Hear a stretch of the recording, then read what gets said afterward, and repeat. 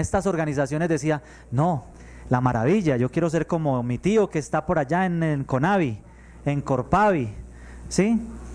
O dígame también, por ejemplo, para el caso de las entidades públicas que aparecen aquí, por ejemplo, Ferrocarriles Nacionales. Uno tenía por allá un familiar, uy, en Ferrocarriles Nacionales ya tiene pensión, el tipo se va a pensionar. Yo quiero ser como ese tío o ese primo que está por allá cuando sea grande. La gente que estaba trabajando en esas entidades pensaba, no, pues tengo mi futuro asegurado. Quienes estaban dirigiendo estas entidades decían, aquí no pasa nada, aquí nunca ha pasado nada. Pues nunca va a pasar nada. ¿Cómo por qué va a pasar algo? Casos aquí bien interesantes, miren. El DAS. En la época de Pablo Escobar, un plomazo de media tonelada de explosivos no acabó con el DAS. Media tonelada. Y no acabó con el DAS. El DAS siguió funcionando. Después, un plumazo del presidente de la República acabó con el DAS. Entonces, aquí es decisiones. ¿Qué es lo que puede estar pasando en ciertas entidades en donde nosotros estamos? El hecho de estar en una entidad pública, en donde tenemos presupuesto de la nación, presupuesto del Estado, no significa que estas entidades tienen el futuro asegurado y que los objetivos se van a alcanzar. Aquí estamos analizando precisamente todo ese tipo de situaciones que pueden obstaculizar el logro de los objetivos de las organizaciones, y estamos hablando de los riesgos, por supuesto, de los riesgos. Aquí hay otros casos bien interesantes que analizar. Por ejemplo, acá en Colombia que tenemos, oiga, perdón por esto que voy a decir, pero es que es una realidad que no se va a poder tapar con un dedo. Un fiscal anticorrupción detenido por, ¿cierto? Increíble, en el país del Sagrado Corazón. Pero bueno, ahora, aquí hay otros casos que es necesario analizar. Por ejemplo, acuérdense con la batalla de los dos monstruos en Colombia, hablo del sector privado, Ardila Lula y Santo Domingo. Hubo un momento, no se sabe quién golpeó primero, ¿no? No se sabe quién golpeó primero, pero la verdad, yo sé a quién le fue mejor. A Leona le fue mejor que a las refrescos Link. Hasta hace poquito me acordaba que se llamaban Link. No le fue tan bien a Santo Domingo con los refrescos como sí le fue a Ardila Lule con la cerveza Leona. Entonces, ¿qué tuvo que hacer Bavaria en su momento? Nada, después comprar Leona, la cervecería Leona. Y después otro más grande se devoró a Bavaria, SAP-Miller. Otro caso aquí interesante, ya empezando a entrar en el tema. A ver, la gestión del riesgo necesita, o más bien trae consigo, una serie de aspectos que son necesarios estar estudiando y monitoreando, y es el entorno externo e interno de las entidades, de las organizaciones. Ese entorno externo e interno, estamos hablando de los factores internos y externos. Y ese entorno que necesitamos estar monitoreando es el que a veces resulta acabando con las organizaciones, pasando a mejor vida las organizaciones. ¿Por qué? Porque nosotros estamos pensando en que como nunca ha pasado nada, nunca va a pasar nada. Y este entorno externo e interno trae algo que las nuevas metodologías de gestión del riesgo denominan riesgos emergentes. Ojo con esto que estoy mencionando acá. Riesgos emergentes. Miren, el término riesgos emergentes, ustedes no lo van a encontrar en la guía de riesgos 2018 para entidades públicas. Pero aquí aprovecho el escenario para decirles, en la metodología de gestión de riesgo a nivel internacional que establece COSO-RM 2017, estoy hablando de uno de los modelos de control por excelencia en el mundo, COSO, y su último modelo expedido, que es COSO-RM, por sus siglas en inglés, Enterprise Risk Management, gestión del riesgo empresarial, sin extranjerismos, ¿ok? Nos trae una serie de términos y de análisis nuevos para poder estar al tanto de los cambios que pueden hacer desaparecer organizaciones completas, que se creían muy sólidas. Ese tema de los riesgos emergentes, ¿qué es? Simplemente para definirlo, son aquellos riesgos que surgen como resultado de cambios en el entorno.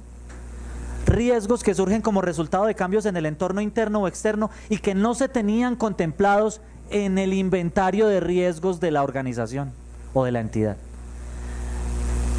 Y esos riesgos, esos factores externos e internos, yo tengo una herramienta dentro de la gestión de riesgos que sí está en la guía de riesgos 2018 y se llama el análisis del contexto externo e interno o del contexto estratégico. Pero a veces lo pasamos muy rápidamente. Entonces, ¿qué pasa con esto? Miren, aquí hay dos casos bien interesantes de hablar y son el caso Blockbuster y el caso Kodak. En el caso Blockbuster,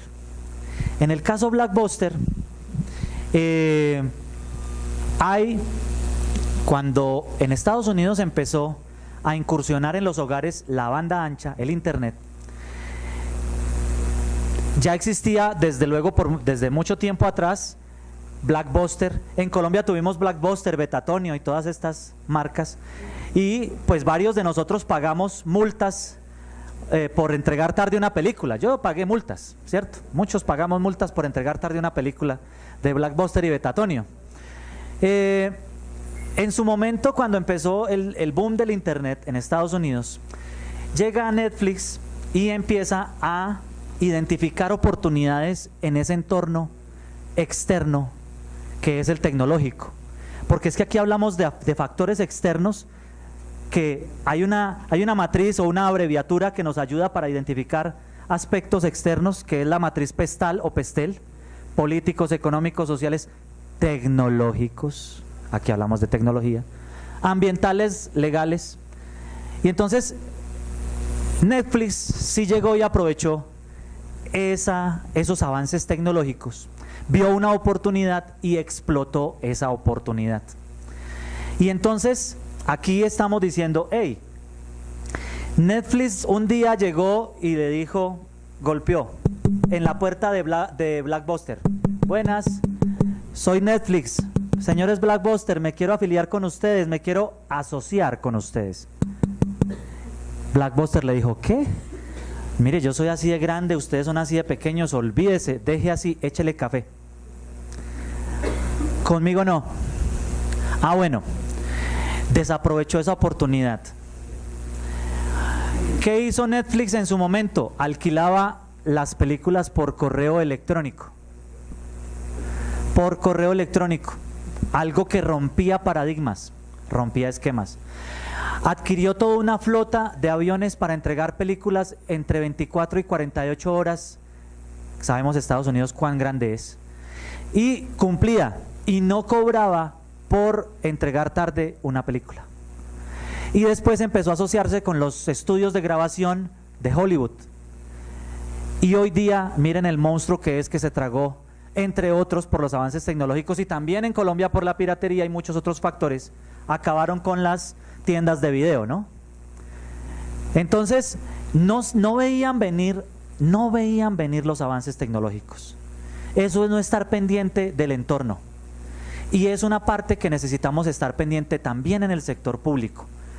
Ahora, casos como Kodak, y es otra de las cosas que trae COSO RM 2017, y es no solamente yo necesito estar pendiente de esos eventos negativos que me obstaculizarán el logro de los objetivos. Estoy hablando del riesgo, la definición normal de riesgo. Eventos que me impactan en el logro de los objetivos. Ok, para bien o para mal. Y entonces, ¿qué pasó?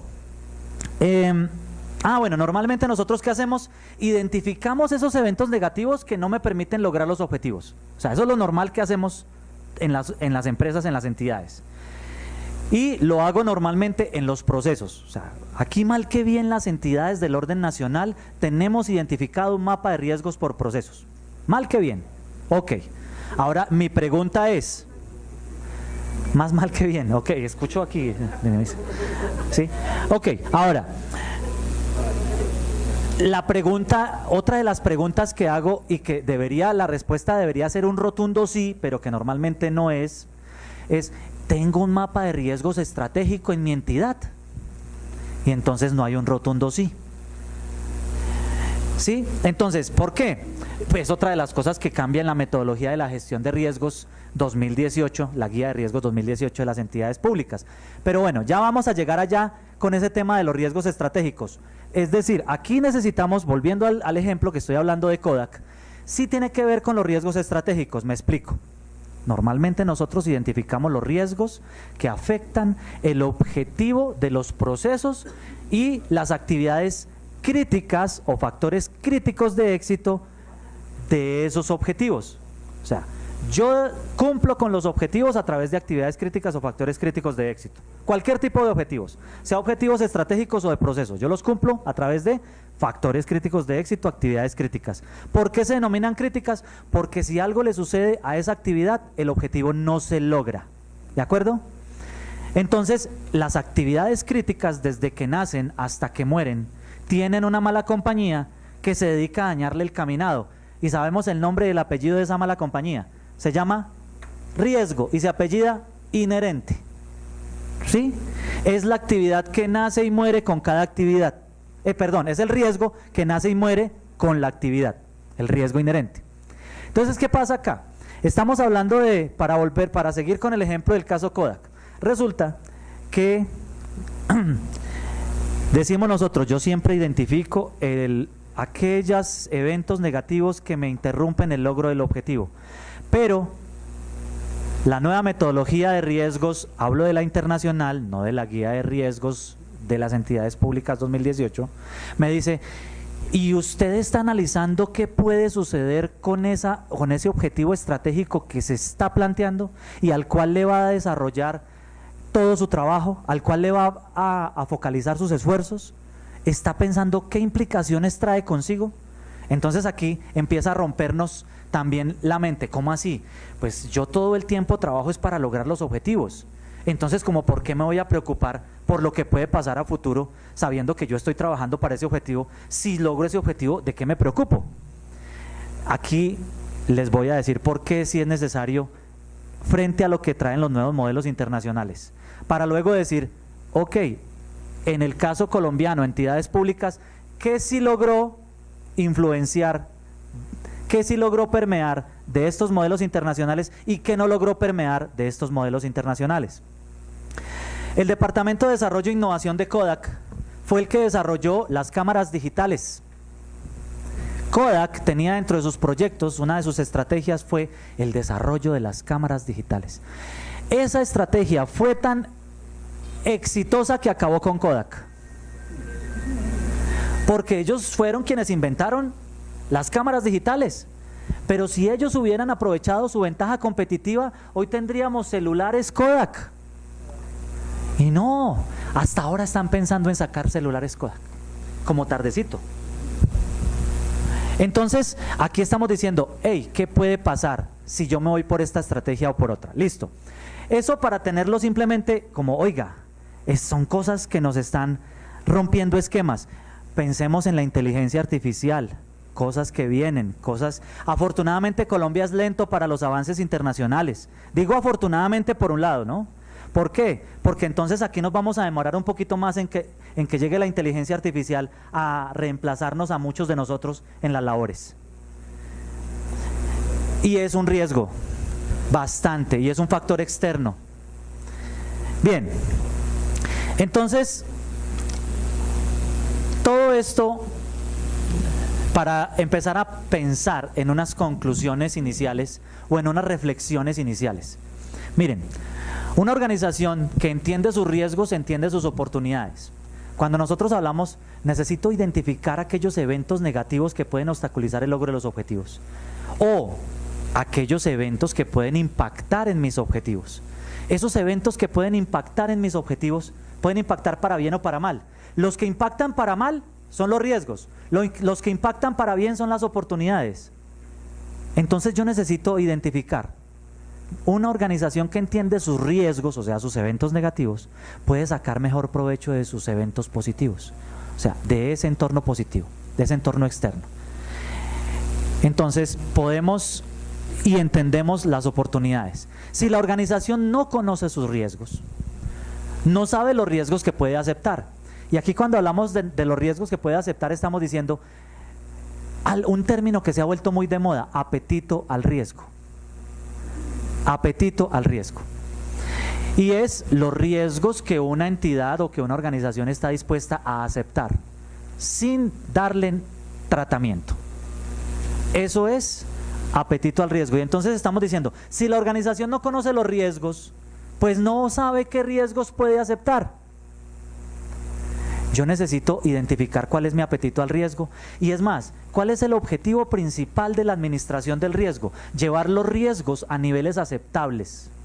Ese es el objetivo principal de la administración del riesgo. Es más, otra cosa, y es, nosotros no solamente estamos pensando en, oiga, yo necesito que los riesgos de mi entidad lleguen a niveles aceptables, es decir, que queden dentro del apetito al riesgo, por supuesto, que queden dentro del apetito al riesgo, sino que necesito saber entonces, a partir de allí, cuáles son los riesgos que sí voy a darle tratamiento. Si no conozco los riesgos, si no se conocen los riesgos que puede aceptar, no conoce los riesgos que puede tomar. Y aquí cuando hablamos de los riesgos que puede tomar, estamos hablando de la relación beneficio-riesgo. Existe una relación directamente proporcional entre el beneficio esperado y el riesgo que se necesita tomar o asumir. Tomar, sobre todo, tomar. Es decir, eso técnicamente en el modelo COSO-RM 2017 se denomina perfil de riesgo. Ese término tampoco está en la guía de riesgos 2018. ¿Qué es la relación que existe entre el beneficio y el riesgo que voy a tomar? Mientras mayor beneficio, mayor riesgo. Entonces me dice, si no conozco los riesgos que puedo aceptar, no conozco los riesgos que puedo tomar. Si no se conocen los riesgos que puedo tomar, no sé cómo crecer. Y si no sé cómo crecer, voy a desaparecer. Entonces aquí un término que utilizó un presidente paisa, que no les digo quién es, pero que cambió el horario de Colombia por un tiempo, ¿sí? Y que dijo, bienvenidos al futuro. Y él decía, entidad que no se modernice tiende a desaparecer. Entonces miren que esas palabras tienen eco hoy día. Ahora, para eso tenemos unos modelos internacionales y uno de los modelos internacionales que más tiene fama e importancia en el mundo es el modelo COSO. Así como existe una organización internacional de estandarización que es la ISO, ¿sí? La ISO, que esa organización internacional se dedica a expedir normas técnicas para sistemas de gestión. Asimismo, existen organizaciones internacionales que se dedican a pensar en control. Entonces, esta es una de esas y es la más importante prácticamente en el mundo. Y es el Comité de las Organizaciones Patrocinadoras de la Comisión de Treadway. Tiene alrededor de 180 países y ellos fueron quienes han expedido las 4 versiones del modelo COSO existentes en el mundo, 2 de ellas vigentes hoy día. En el año 92 expiden el primer modelo COSO, que es un modelo para implementar un sistema de control interno en cualquier organización. COSO en el año 92. El primer modelo COSO, 5 componentes. Luego, ¿qué pasó? Entonces, por allá en el año 2004, esta misma organización expide el modelo COSO ERM, por sus siglas en inglés, Enterprise Risk Management, y tenía 8 componentes, y entonces hicieron un modelo de control focalizado hacia el riesgo, era COSO ERM en el 2004. Los dos estaban vigentes, o sea, COSO ERM 2004 no entraba a reemplazar COSO 92. Luego, ¿qué pasó? En el año 2013 sale la nueva versión de COSO básica para implementar un sistema de control interno. Entonces se expide esa nueva versión, 5 componentes, y esa versión de COSO 2013 son 5 componentes, 17 principios y 87 puntos de interés o focos de atención. Esa es la que hoy día conocemos y adaptamos para el sector público como el modelo Messi, que es la dimensión 7 de mi PG. ¿De acuerdo? Salvo que aquí no estamos hablando de 17 principios y 87 focos de atención o puntos de interés, sino que estamos hablando de 5 componentes adaptados al sector público y 17 lineamientos que están incorporados allí dentro de la dimensión 7, control interno. Por ahora podemos dormir tranquilos que esos 87 puntos de interés todavía no son exigibles, todavía no se han adaptado, pero no son entregables, no son puntos o elementos de control, son actividades o tareas que se deben desarrollar para cumplir con los principios y soportar que los componentes están siendo implementados. Aquí la frase es presentes y funcionando, los componentes, presentes y funcionando.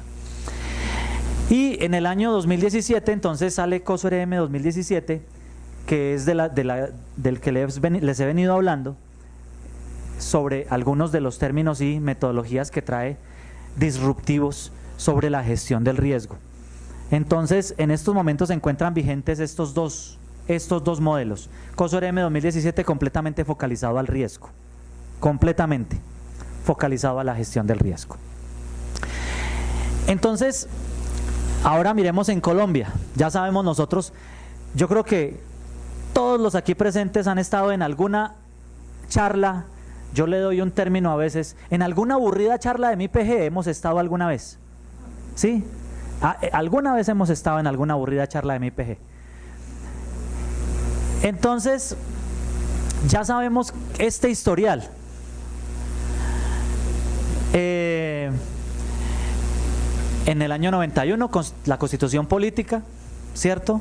Artículos 209 y 269 de la Constitución. Afortunadamente, estos artículos con su ley marco fue la que no permitieron que se integrara o se fusionara ese sistema de gestión con el sistema de control interno, sino que se dejaran aparte hoy día con base en la nueva regulación. La ley marco del control interno en el año 93, que continúa vigente, la ley 489 con el sistema de desarrollo administrativo y el sistema nacional de control interno, que sigue vigente la mayor parte de esa ley 489. En el 2003, el sistema de gestión de calidad con la ley 872. Se tiene que pronunciar el legislador en Colombia para que en las entidades públicas se hable de calidad, para que en las entidades públicas se hable de cliente, se hable de usuario. Por mucho tiempo en Colombia fue un tabú pensar en un cliente o hablar de un cliente. Por mucho tiempo en Colombia pensar que un usuario podía definir u opinar sobre las características que quería de sus productos o servicios. Y fue necesario que se pronunciara el legislador para que las entidades públicas en Colombia empezaran a pensar en calidad, en satisfacer los requisitos y necesidades de esos usuarios y clientes. Y entonces teníamos la ley 872 y sus decretos reglamentarios. En ese momento la ley 872 nos decía, implementense sistemas de gestión, no obligaba a certificarse, era opcional certificarse, ¿de acuerdo? Algunas entidades se la jugaron por la certificación. Luego viene el modelo estándar de control interno, arranca en el 2005 con el decreto 1599, si recuerdan, el famoso Messi, que tenemos unas corporaciones internacionales que ayudaron a la construcción de esto, que era USAID y Casals, que ayudaron a formular el primer Messi, el primer modelo estándar de control interno, pero que tuvo bastante influencia en estos modelos de control internacionales. Luego viene, entonces en 2005 teníamos un esquema en el modelo Messi, teníamos el famoso 3929, 3 subsistemas, 9 componentes, 29 elementos de control, y ya al menos no sabíamos eso, al menos. Entonces ya estaba yo aprendiéndome el 3929, lo más de bueno, Cuando tómela, decreto 943 en 2014, no, quieto, ya no son 3929, ahora es 2613. 2 módulos, 6 componentes, 3 elementos y un eje transversal, ¿recuerdan?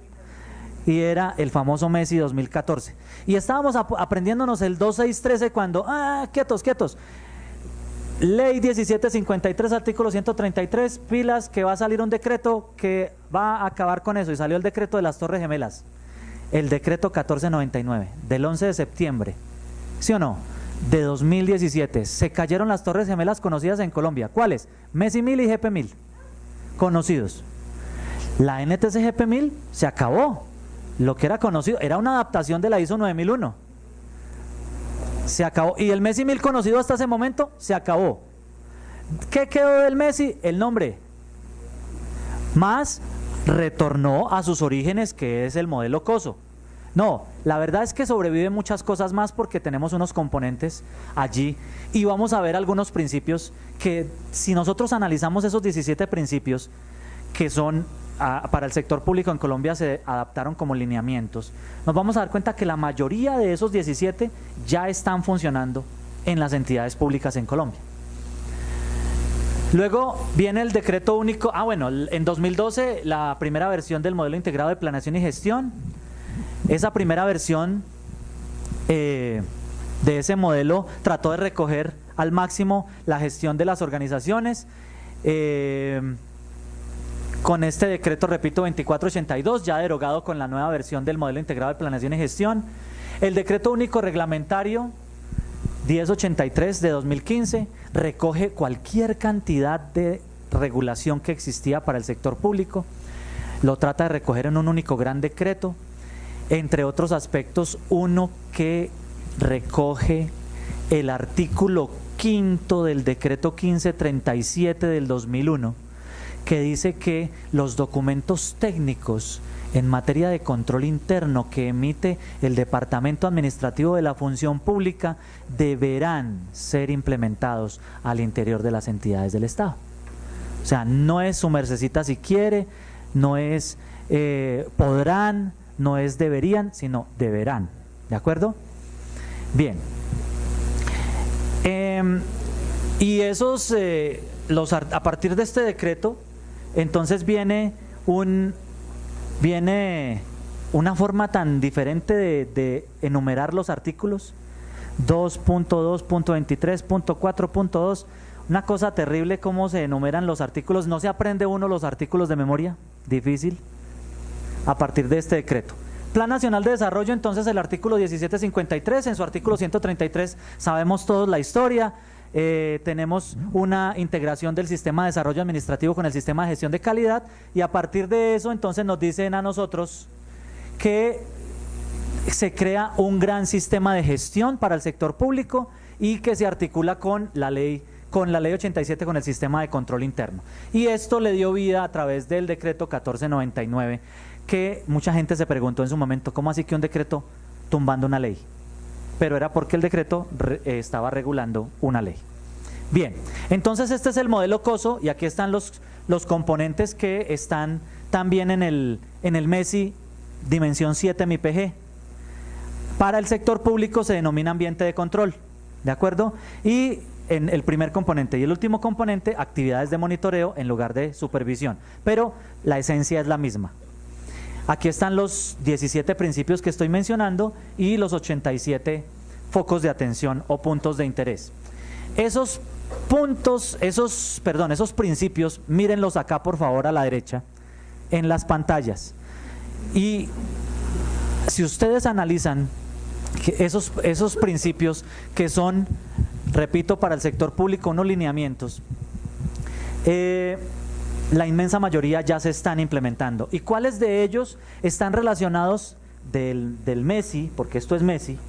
¿Cuáles de ellos están relacionados directamente con la gestión del riesgo? Componente de evaluación de riesgos, componente de actividades de control. Básicamente, aunque por supuesto que los demás tienen relación pero indirecta, pero esos directamente relacionados con la gestión del riesgo. Ok. Esto es un esquema de lo que yo les he venido explicando sobre COSO RM 2017, algunos cambios que trajo o que trae la gestión del riesgo a nivel internacional, algunas cosas que trae, por ejemplo, es esa verificación que también coincide con la dimensión 2 de MIPG, direccionamiento estratégico y planeación, en donde se pide revisar que la misión y visión sí estén obedeciendo a la actualidad, a la dinámica y a la complejidad y a la regulación actual de la entidad, verificar que la estrategia esté alineada con esa misión, visión y valores, y que los objetivos de los procesos estén alineados con la estrategia de las organizaciones. Cosas para mencionar allí. Ahora, frente a los antecedentes entonces de lo que es el sistema de control interno en Colombia, tenemos COSO del año 92 y ahora del año 2013 como influenciadores de lo que es hoy día el sistema de control interno en la dimensión 7 MIPG. El modelo COCO canadiense, el modelo inglés Cadbury, todos esos son modelos de control, y la norma neozelandesa o australiana 4360. Y por supuesto la ley 87 del 93. Entonces, todo eso lo tenemos en la dimensión 7, control interno. Esa dimensión 7, control interno, está dispersa, es transversal, está presente en todas las demás dimensiones de MIPG. O sea, la dimensión 7 es una dimensión que lo estamos desarrollando a lo largo y ancho de las otras 6 dimensiones a través de los controles internos. Entonces ya sabemos que teníamos un sistema de gestión de calidad, uno de desarrollo administrativo, se creó un gran sistema de gestión. Aquí está mal porque no son 10 sino 11 entidades, 11 entidades, porque ahora está mi injusticia. Y tenemos entonces el articulador del sistema de control interno con el sistema de gestión, pues es el modelo integrado de planeación y gestión. Bien, entonces dentro del modelo integrado de planeación y gestión, ya sabemos, parte la política de gestión de riesgo del direccionamiento estratégico y planeación. La política de administración del riesgo debe salir de esa dimensión, de la dimensión 2.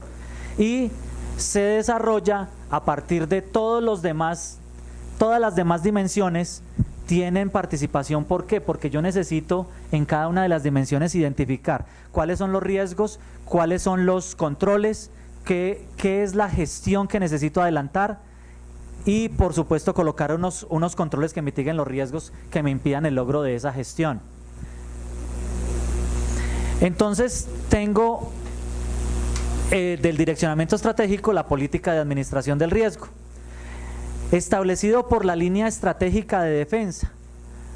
Acordémonos que para el sector público el modelo integrado de planeación y gestión también trajo algo que se denomina las líneas de defensa, dentro de la dimensión 7, control interno. Y esas líneas de defensa pues son una adaptación del modelo internacional de las líneas de defensa. Listo.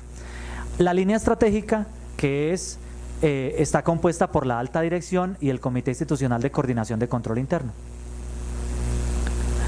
Y tenemos aquí los componentes que ya vimos del modelo MESI y las etapas del proceso de administración del riesgo. Entonces, frente al tema de las líneas de defensa, simplemente recordar, porque este es el modelo internacional y después viene acá cómo quedó para el sector público en Colombia. Entonces, simplemente acá recordar el tema de las líneas de defensa. ¿Por qué? Porque es que miren, una cosa es que yo tenga una metodología de gestión de riesgos, que efectivamente la debo tener, y otra cosa es que existen muchas otras herramientas para lograr gestionar el riesgo a lo largo y ancho de las entidades. Y esas herramientas para gestionar el riesgo, una de ellas es el modelo de las líneas de defensa.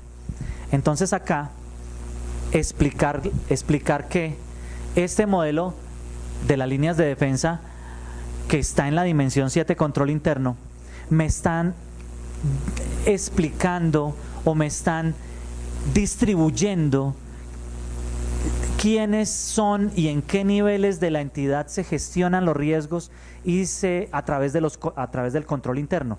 O sea, ¿cómo gestiono el riesgo a través del control interno? Entonces, arrancamos voy a explicar acá cómo funciona esto en el modelo internacional rápidamente para luego cómo funciona en el sector público en Colombia. Tenemos primero un gobierno corporativo y ese gobierno corporativo está en cabeza, por supuesto, de algo que a nivel internacional se llama Consejo de Administración. En Colombia lo conocemos como Junta Directiva. Junta Directiva. Y de esa Junta Directiva o Consejo de Administración se desprende algo conocido como el Comité de Auditoría. Son unos integrantes de esa Junta Directiva. Ellos son dueños de las organizaciones. Ellos colocan su capital. Ellos son los que dan los lineamientos a nivel macro para el funcionamiento del control interno y de la gestión del riesgo y de la auditoría. O sea, dan las líneas macro de la organización y ellos supervisan desde lo alto que eso funcione. Entonces ellos necesitan primero nombrar a esa persona que va a administrar los destinos de esa organización. Es el presidente de la compañía o el gerente general, pero a la vez necesitan nombrar a quien se va a asegurar que ese señor de esa alta dirección sí esté de verdad trabajando por los intereses de esos señores del gobierno corporativo. Entonces nombra al director de auditoría. El director de auditoría es nombrado por la junta directiva a través del comité de auditoría. 2. Esa junta directiva a través del comité de auditoría le define su nivel salarial, le define su permanencia en el cargo, le realiza la evaluación del desempeño, le define su presupuesto, su nivel jerárquico dentro de la organización. Entonces ese comité de auditoría y esa junta directiva le están dando el máximo y el pleno respaldo a auditoría interna para que incluso venga y evalúe la gestión de la alta dirección. Luego acá, eso significa que acá por supuesto que se tienen los dientes para evaluar incluso la gestión de la alta dirección, lo que difícilmente se logra en el sector público. Porque en muchas entidades, pues, en algunas entidades, ¿quién nombra al jefe de control interno? Bueno, para las del orden nacional, el presidente de la República. Pero algunas entidades son nombradas por el mismo representante legal. Por ejemplo, hablo del jefe de control interno de una alcaldía o de una gobernación. Es nombrado por el gobernador o por el alcalde. Bien. Luego entonces tenemos los famosos controles del día a día, que son los controles de primera línea de defensa y los controles de segunda línea de defensa, que se ha venido explicando a través del modelo integrado y diferentes charlas. Se ha venido explicando que aquí se están buscando en esta segunda línea de defensa que hayan unas instancias que se encarguen de verificar, ¿sí? De supervisar que aquí estos controles de primera línea sí estén presentes y funcionando, ¿sí? De verificar ciertos aspectos que no es necesario esperar hasta que llegue auditoría interna para revisarlos y encontrarlos. Eso lo dice, está explicado, digamos, con mayor detalle, por supuesto, en la dimensión 7 del manual operativo de MIPG, para poder avanzar frente a la metodología de riesgos. Entonces, aquí lo que se persigue, repito, aquí están las medidas de control interno que van a mitigar los riesgos a lo largo y ancho de la entidad. Acá unos controles de segunda instancia o de segundo nivel que se van a encargar de verificar que los controles de primer nivel funcionen, ¿sí? Y una tercera línea de defensa que tiene que venir a verificar que esta gente sí está ejerciendo los controles de segunda línea y verificar también los controles de primera línea de defensa en la entidad. Eso requiere de una charla mucho más larga para poder entender este concepto mucho mejor. Por aquí viene la revisoría fiscal, que es la famosa auditoría externa, y acá los organismos de control, que son en este caso Contraloría, las asustadurías que llamamos nosotros, ¿sí? Organismos de control. En Colombia, entonces, para el sector público dejamos la línea estratégica, ¿sí? que es a cargo de la alta dirección del Comité Institucional de Coordinación de Control Interno, una primera línea de defensa que ejerce los controles del día a día, una segunda línea de defensa que se encarga de realizar unas labores de supervisión, de autoevaluación, una tercera línea de defensa que es evaluación independiente, una línea estratégica que se encarga de los otros principios de autorregulación y autogestión. Ahora, ¿cómo se comprenden algunos riesgos y el funcionamiento de un sistema de control interno en una organización, en una entidad? Miren,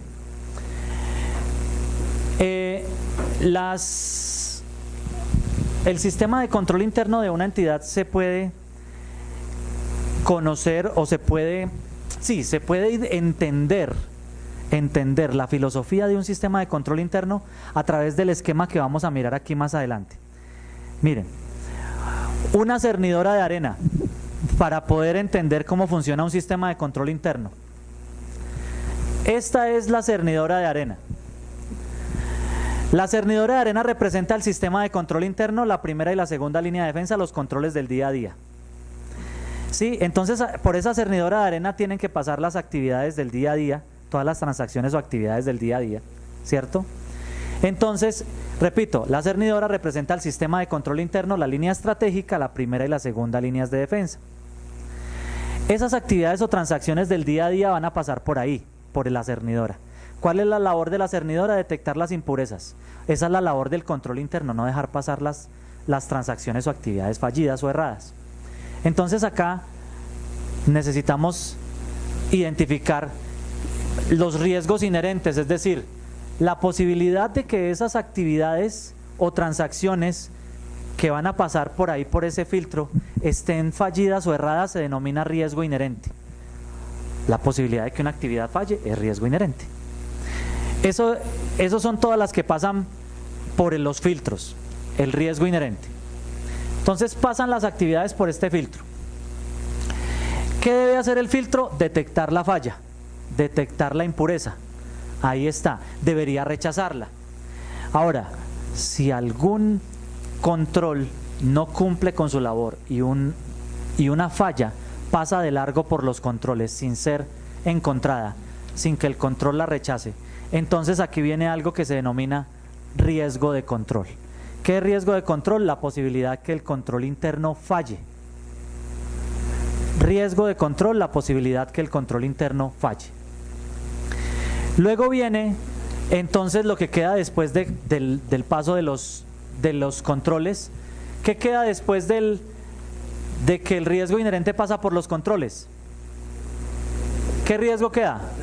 Residual. Y eso es lo que vamos a ver en la metodología de riesgo residual, el riesgo que queda después de haberse aplicado los controles. ¿Cierto? Hasta ahí, esto que está aquí representado realmente nos está explicando la gestión del riesgo. La gestión del riesgo se dedica a través de controles a mitigar los riesgos inherentes y convertirlos en riesgo residual. Esto hablo de los controles existentes. Luego, cuando yo ya identifico el riesgo residual, lo que hago es fortalecer los controles, fortalezco los controles o creo nuevos controles para seguir mitigando los riesgos residuales y llevarlos a niveles aceptables. Luego, ¿qué me queda acá? Me quedan las transacciones o actividades que sucedieron en un periodo de tiempo, y aquí viene la intervención de la tercera línea de defensa, que es auditoría interna o control interno, y esa intervención es cuando se toma una muestra. Aquí se toma una muestra de todos esos elementos, objeto de evaluación, esos elementos de la población objeto de estudio. Entonces se toma una muestra y esa muestra debe representar las características de todos los elementos de la población. Sin embargo, existe la posibilidad que se detecten o no se detecten en esa muestra por parte de la tercera línea de defensa, se detecten esas fallas.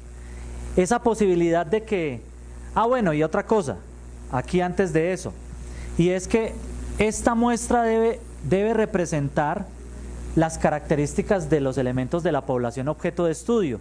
Si no representa esas características de todos los elementos de la población objeto de estudio, entonces se configura algo que se denomina riesgo de muestreo. Es la posibilidad de que la muestra no represente todos los elementos de la población, las características de los elementos de la población. Lo otro es la posibilidad que se detecte o que no se detecte una transacción que está mal dentro de esa muestra.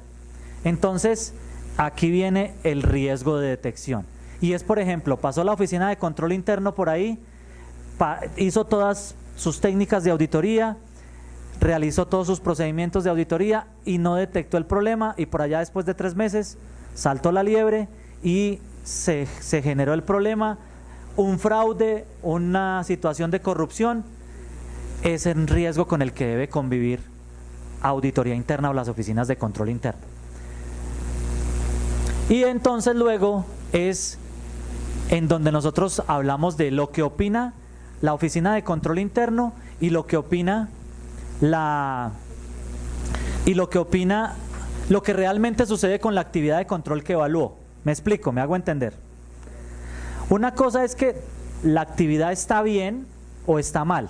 Digamos que para aquí el caso, la actividad está mal, tiene problemas, está errada, la actividad de control. La opinión de la oficina de control interno es que efectivamente está mal, o sea, detectó el problema. Por tanto, el resultado, ok.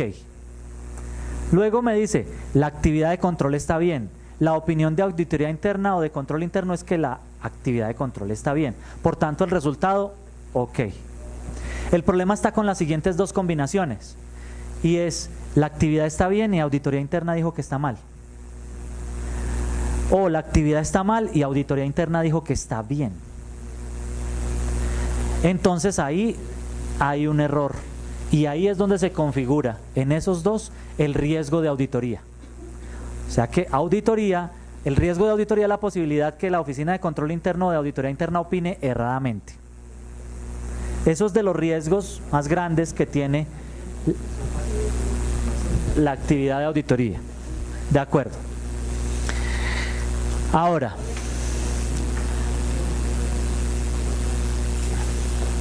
vamos a la política entonces institucional de la administración del riesgo. La política de la administración del riesgo debe contener, ¿quién la establece? La alta dirección y el Comité Institucional de Coordinación de Control Interno. Es el que la aprueba. ¿Qué debe contener esa política de administración del riesgo? Un objetivo, un alcance, los niveles de aceptación del riesgo, la periodicidad, la tabla de impacto, factores de riesgo, cuál es el respaldo que se le da. Cuando hablamos acá de niveles de aceptación de riesgo, es lo que decíamos hace un rato, apetito al riesgo. ¿Cuáles son los riesgos que está dispuesto la entidad a asumir o a aceptar sin darle tratamiento? Debe tener un objetivo, por supuesto que alineado a los objetivos institucionales, que hoy día los objetivos institucionales estamos diciendo son los objetivos estratégicos, por favor, para tenerlo claro. Y por supuesto que es necesario identificar los riesgos estratégicos o los riesgos a los objetivos estratégicos, y esos se van a convertir en los riesgos institucionales. Acuérdense que antes de esta guía de riesgos 2018, los riesgos institucionales eran los riesgos de los procesos que estaban en mayor nivel. Ahora ya no. Ahora los riesgos institucionales van a ser los riesgos identificados a los objetivos estratégicos. ¿De acuerdo? A los objetivos estratégicos. Bien, y frente a los riesgos de corrupción, pues no admiten aceptación del riesgo, ¿no? No admiten aceptación del riesgo. Los objetivos. A ver, cuando yo no sé para dónde voy, cualquier bus me sirve. No sé para dónde voy, pero voy tarde. Entonces yo necesito que las organizaciones, las entidades necesitan identificar objetivos inteligentes y que los objetivos de sus procesos y los objetivos estratégicos tengan unas características establecidas o cumplan con unas características. Me explico. Específicos, medibles, alcanzables, relevantes y proyectados en el tiempo.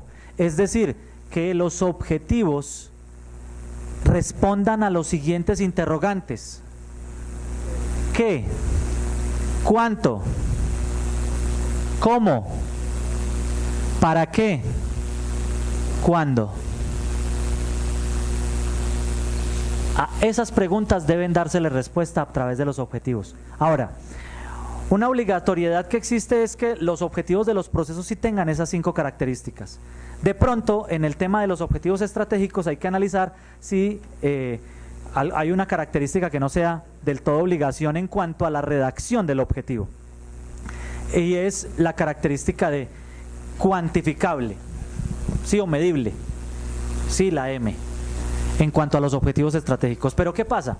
Desde el modelo COSO 2013, que se adaptaron, repito, los componentes a MESI, MIPG 2017, Dimensión 7. Entonces me está diciendo, por favor, los objetivos deben ser objetivos SMART, deben ser objetivos que cumplan con estas características en su redacción. Necesitamos verificar, antes de identificar el riesgo, identificar que los objetivos cumplan con esas características. Y los invito a que revisemos hoy día nuestros objetivos en nuestras entidades, de nuestros procesos y los objetivos estratégicos. He hecho el ejercicio en unas cuantas entidades y la verdad no estamos cumpliendo con la mayoría de esas características. En el mejor de los casos decimos el qué y el cómo, en el mejor de los casos. Pero el aspecto más importante a contestar acá es el para qué, la relevancia, el para qué. ¿Para qué está hecho el proceso o para qué queremos esa estrategia? Bueno, entonces otra cosa, fíjense acá una cosa que nos dice, si no están bien definidos los objetivos, no se puede continuar con la metodología de gestión de riesgos. O sea, si yo tengo mal identificado un objetivo, pues el riesgo ya está mal identificado. ¿De acuerdo? Bien. Otra cosa que nos trae los cambios en la metodología en esta guía de riesgos 2018 y es la forma de identificar o de redactar los riesgos. Sí, decimos primero qué puede suceder, cómo puede suceder, cuándo puede suceder, qué consecuencias tendría su materialización. Algo que ya venía trabajándose desde la guía anterior es, si pasa esto, puede ocurrir esto, lo que ocasionaría aquello. Sí, de acuerdo. O sea, el antes, el durante y el después. Siempre siendo el antes la causa, siempre siendo el durante el riesgo y siempre siendo el después la consecuencia. Pero entonces aquí nos están diciendo, por favor, en la redacción del riesgo, evite iniciar con palabras tales como, y los invito a que miren sus riesgos hoy día, actuales.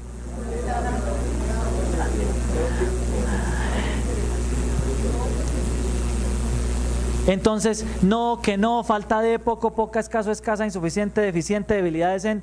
O sea, normalmente arrancamos por ahí. Realmente lo que esto nos está diciendo son causas, no riesgos. ¿De acuerdo? Entonces acá lo que necesitamos es identificar el para qué. Miren, les doy una clave para identificar adecuadamente un riesgo en las entidades, en sus procesos y en su estrategia. La clave es, ubiquen el para qué del objetivo. O sea, verifique que esté cumpliendo con el qué, el cómo y el para qué, al menos con esos 3 de los 5. ¿Qué, cómo y para qué? Siendo más importante el para qué. Pensemos, por ejemplo, aquí un ejemplo que siempre utilizo, pero es que me sirve bastante. El proceso de cartera. El proceso de cartera. Pensemos qué, cómo y para qué el proceso de cartera. Hablo pasito por respeto al sueño de algunos, porque hay que respetar el sueño de los demás. ¿Listo? Respetemos el sueño de los demás, por favor. Todos hagamos silencio para que las personas puedan dormir tranquilas. Miren. Sí, no, es que yo los hice dormir. Es que yo vendo grabaciones de estas charlas como terapia contra el insomnio. Entonces, miren, pensemos en el proceso de cartera, por favor. El proceso de cartera, analicemos qué, cómo y para qué. A ver, los escucho. ¿Para qué? ¿Cuál es el objetivo del proceso de cartera? Recuperar, eso siempre, la palabra recuperar está a la orden del día, recuperar. ¿Ese es el qué? ¿Ese es el qué? Y bueno, recuperar. ¿En serio? O sea, así monosílabos.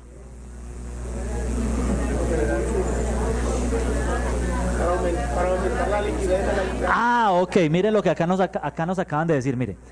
Recuperar los recursos producto del suministro de mis productos y servicios, o bueno, resultado del suministro, para mantener los niveles de liquidez, ¿cierto? Para la operación de la organización.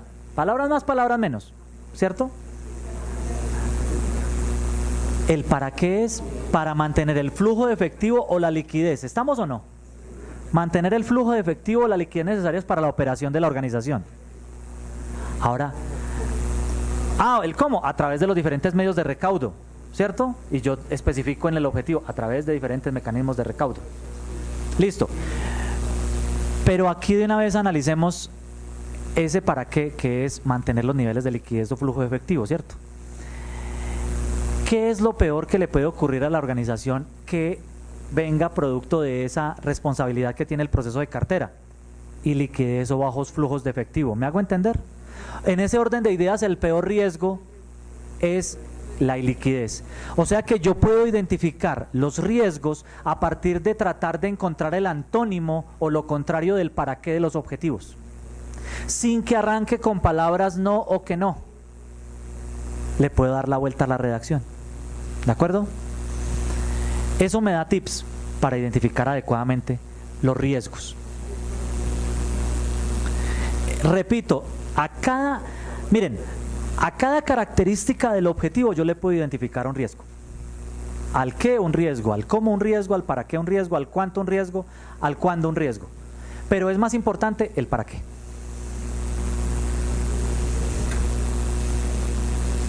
Bien, aquí algo que les estaba hablando yo con la primera diapositiva de los patrocinadores de esta charla, ¿recuerdan?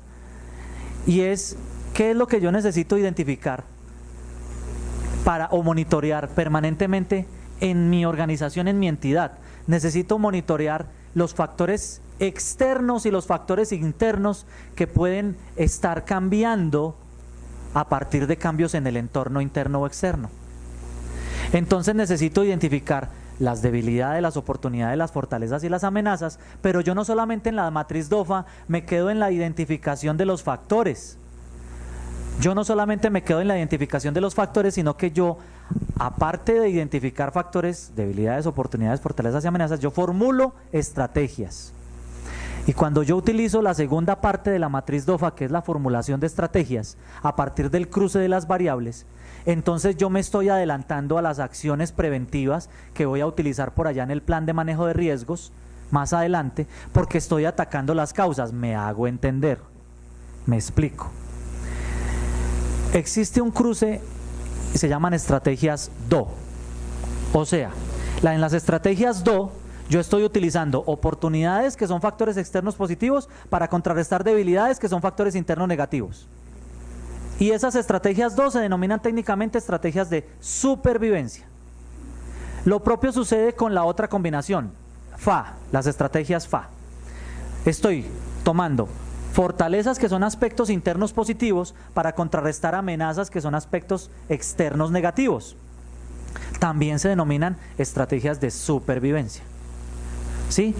En esas dos estrategias, las DO y las FA, que son de supervivencia, repito, estoy atacando las causas. ¿Por qué? Porque ¿dónde están las causas en la DOFA? ¿En dónde?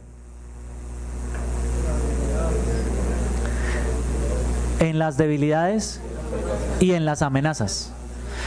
En las estrategias DO estoy contrarrestando las debilidades, en las estrategias FA estoy contrarrestando las amenazas. Ahí estoy atacando causas.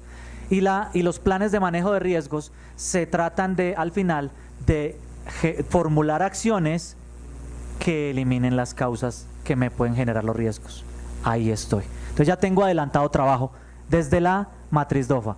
Y les decía yo a ustedes, la PESTEL o PESTAL, ¿para qué? Para identificar factores internos o externos, políticos, económicos, sociales, tecnológicos, ecológicos o ambientales, y los famosos legales, para identificar factores externos.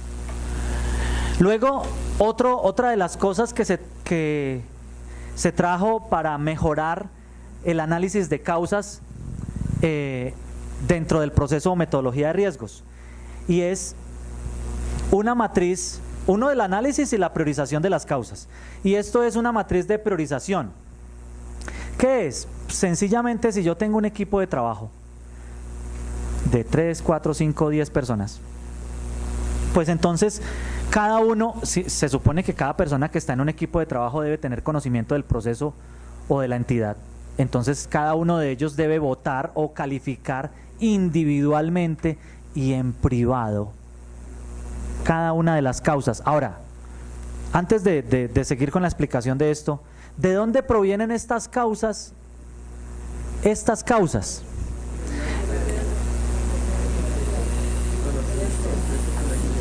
Listo, pero es que yo ya tengo, estas causas ya vienen de otra etapa que yo ya acabé de explicar, de la DOFA. Sí, yo tenía 6 debilidades y 4 amenazas, casi siempre 6 más 4 me da 10, ¿sí o no? Por lo regular, generalmente. Entonces, ¿yo qué hago? Control C de las debilidades, control V acá. Control C de las amenazas, control V acá. ¿De acuerdo? Eso es lo que estoy haciendo, me las traigo de la matriz DOFA. Y acá tengo 10 causas, y entonces, ¿qué tiene que hacer cada uno de los participantes? Priorícelo, colocándole 10 al que considera que es la causa más importante, y de ahí para abajo 9, 8, 7, 6. Cada uno prioriza de acuerdo a su conocimiento y experiencia en la entidad y en el proceso. ¿De acuerdo? Un participante, y ojo con esto que voy a explicar acá, un participante no puede pensar de que la causa número 1 y la causa número 7 tienen 10 puntos ambas. No, cuando todo es importante, nada es importante. Entonces yo necesito dejar establecido para mí cuál es la más importante. Entonces, fíjense que el participante 1 dice que la causa 1 es 10, y de ahí para abajo no se repite la calificación 10 en ninguna causa. O sea que él lo está acomodando de acuerdo a su prioridad, a su criterio y a la prioridad que él le da. Cada participante lo hace de manera individual, porque es que miren, en épocas anteriores se hacían unos debates de nunca acabar. No, es que yo considero que la causa raíz es tal cosa por esto y por eso. Y es más, hasta lo invitaba a almorzar para que los demás, y le hacían lobby para que los demás votaran igual que él. Entonces no, ahora cada quien vota de acuerdo a su experiencia y conocimiento, y después se consolida en esta tabla. De tal manera que aquí luego queda un promedio, se redondea, ¿sí?, por aproximación, y se acabó el problema. Se establece cuáles son las que obtengan más de cuánto puntaje van a quedar como causa raíz. Para este caso, las que quedaron con más de 8 puntos se consideraron como causa raíz, ¿de acuerdo? Y es una de las herramientas establecidas muy sencillas para priorizar causas. Otra de las cosas que se trajo en la guía de riesgos 2018 es, miren, la tipología de riesgos. La tipología de riesgos. Una de las cosas es que se aclaró en esta guía es que, miren, de acuerdo a la dinámica y complejidad de cada entidad son sus tipos de riesgos. En ese orden de ideas, pues nada, no existe una fórmula única de tipología de riesgos que deba tener cada entidad. Depende de su complejidad. Ahora, yo necesito, por ejemplo, saber en qué consiste algunos de estos. De acuerdo, riesgos estratégicos, los riesgos que afectan los objetivos estratégicos de la entidad. Riesgos gerenciales, los riesgos que afectan los procesos gerenciales de la entidad. Estoy hablando del mapa de procesos, los procesos gerenciales o estratégicos. Riesgos operativos, los riesgos que afectan los procesos misionales. Riesgo financiero, blanco es gallina, lo pone. Riesgo tecnológico, igual. Riesgos de cumplimiento, cumplo y miento, ¿sí o no? Riesgos de cumplimiento son los riesgos que surgen como resultado de no cumplir, valga la redundancia. ¿Qué cosa? La regulación externa, la autorregulación y las obligaciones contractuales. ¿De acuerdo? Esos son los riesgos de cumplimiento. Riesgos de imagen o reputacional, que son los que suelen afectar mayormente a las entidades, ¿no? Que hay que estarlos monitoreando. Y los riesgos de corrupción, que sabemos nosotros que dentro de la identificación de los riesgos de corrupción, para quienes de pronto esto no lo tengan claro, son las 4 características para que sea riesgo de corrupción: acción o omisión, uso del poder, ¿sí?, desviación de lo público en beneficio particular. Esos son las 4 requisitos o características que se deben cumplir para que sea un riesgo de corrupción: uso del poder, acción o omisión, uso del poder, desviación de lo público en beneficio particular. Bien, y entonces, dependiendo del tipo de entidad, dependiendo del tipo de complejidad dinámica de la entidad, pues yo tengo otras tipologías de riesgo: riesgo crediticio, riesgo ambiental, de mercado, de liquidez, de seguridad digital, alimentaria, bueno, una cantidad de riesgos dependiendo de en qué entidad me muevo. Otra de las cosas que trajo entonces esta guía de riesgos fue o es el tema del análisis de la probabilidad, acercándose, tratando de volver un poco más, lo que es subjetivo, tratarlo de volver objetivo, que no es fácil, no es fácil.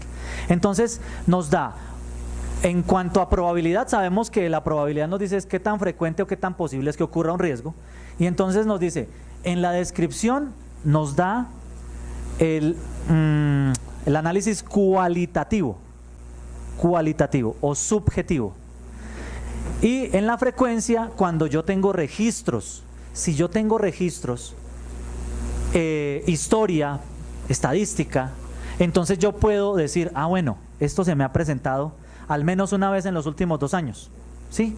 Entonces ya dejo de ser tan subjetivo y puedo ser un poco más objetivo. Entonces ya no hago las cosas por melatismo, ¿no? ¿Me late qué?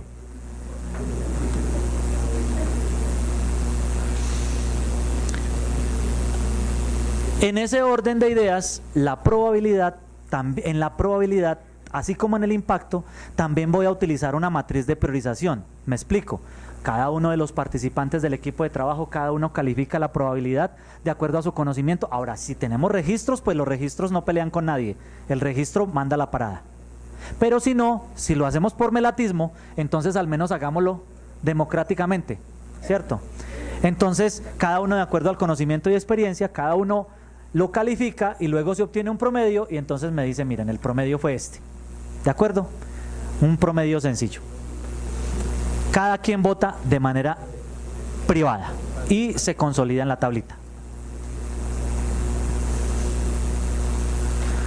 Bien, por ejemplo acá, inoportunidad en la adquisición de los bienes y servicios requeridos por la entidad, un ejemplo de riesgo, sin necesidad de decir no o que no, o falta de, o poco o poca.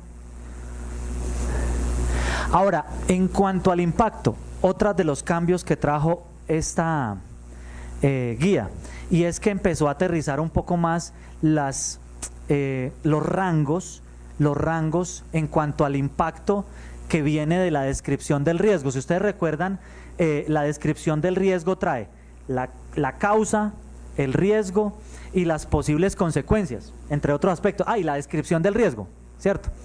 El tema de las posibles consecuencias, en las posibles consecuencias es en donde yo puedo convertir esas consecuencias, cuantificarlas, ¿sí?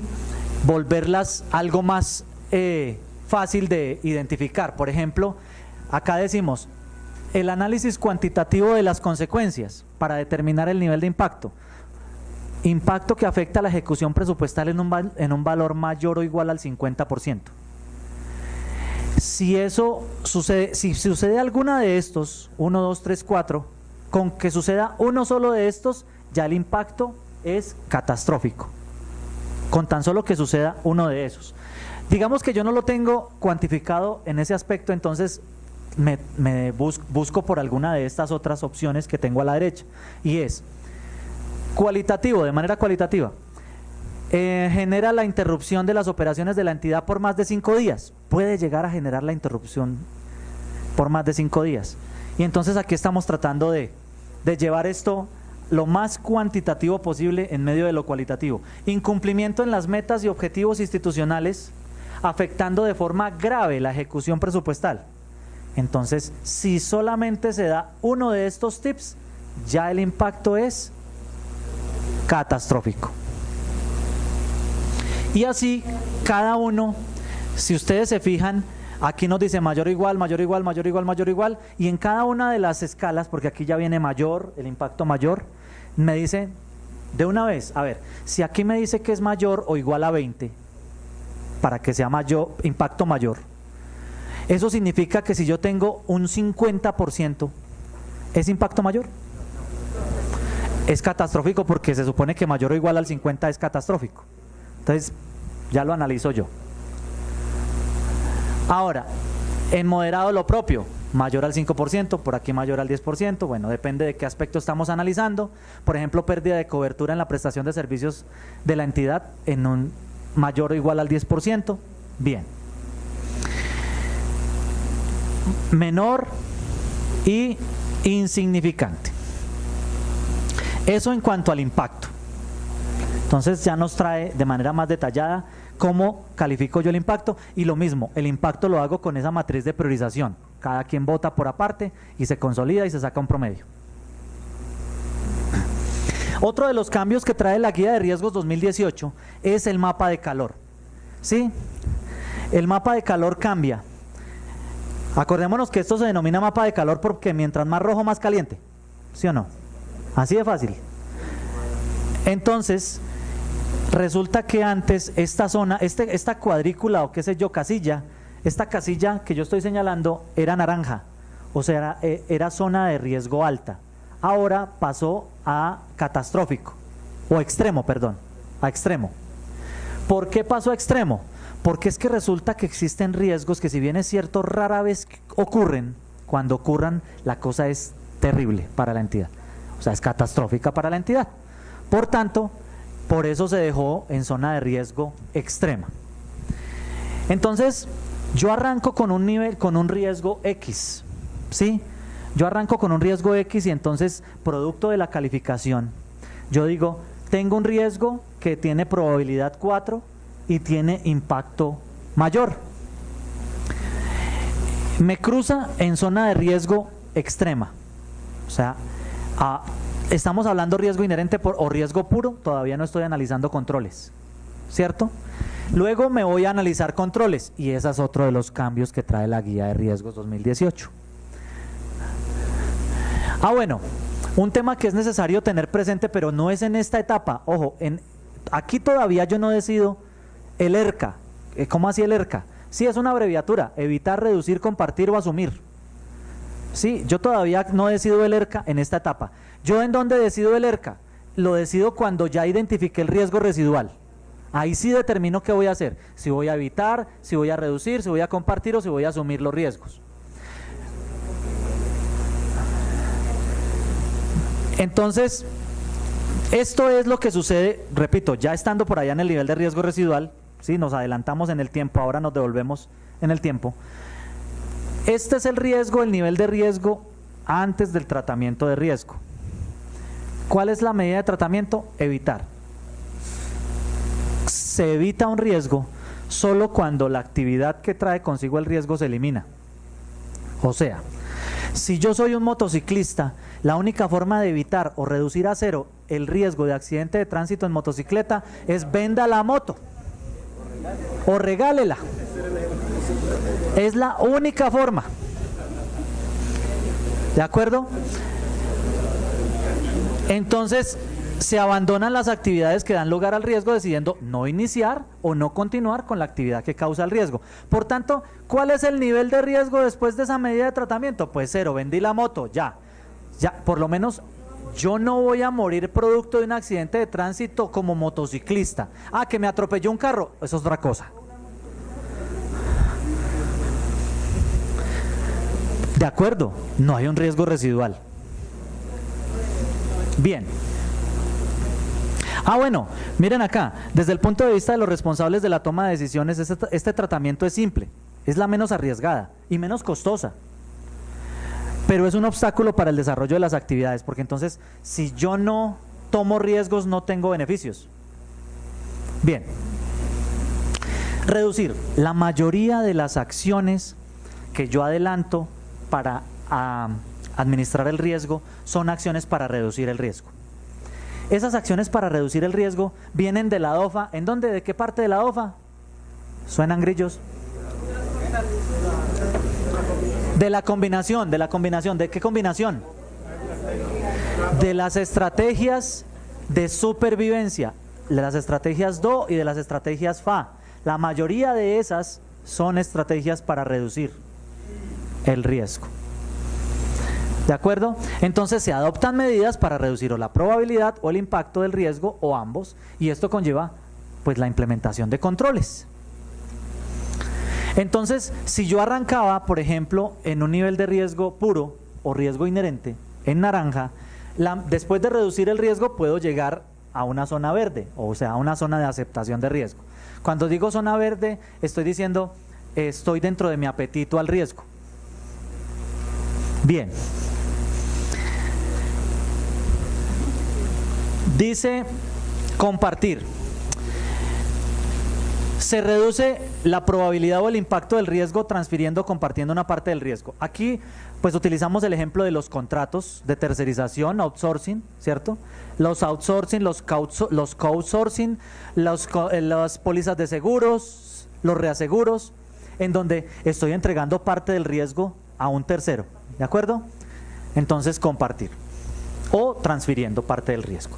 Entonces el riesgo inherente arrancaba en extremo, después de la medida de tratamiento, entonces podría quedar en amarillo. Esta tapita. Ok.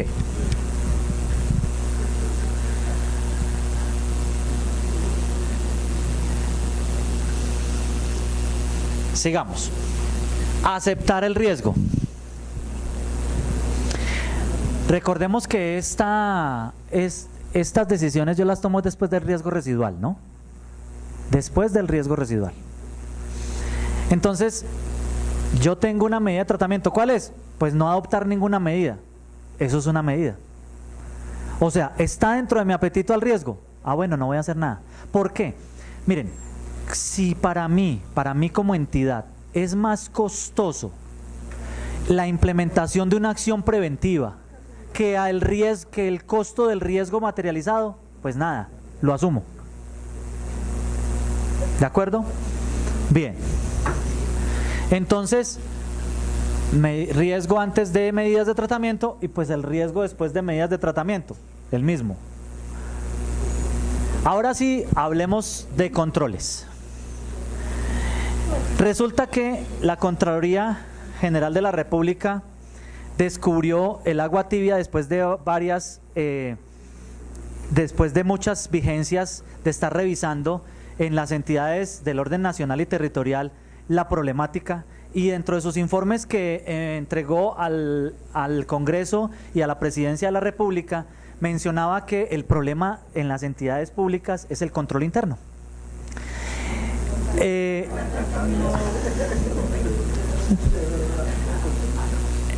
¿Qué pasaba con el control interno?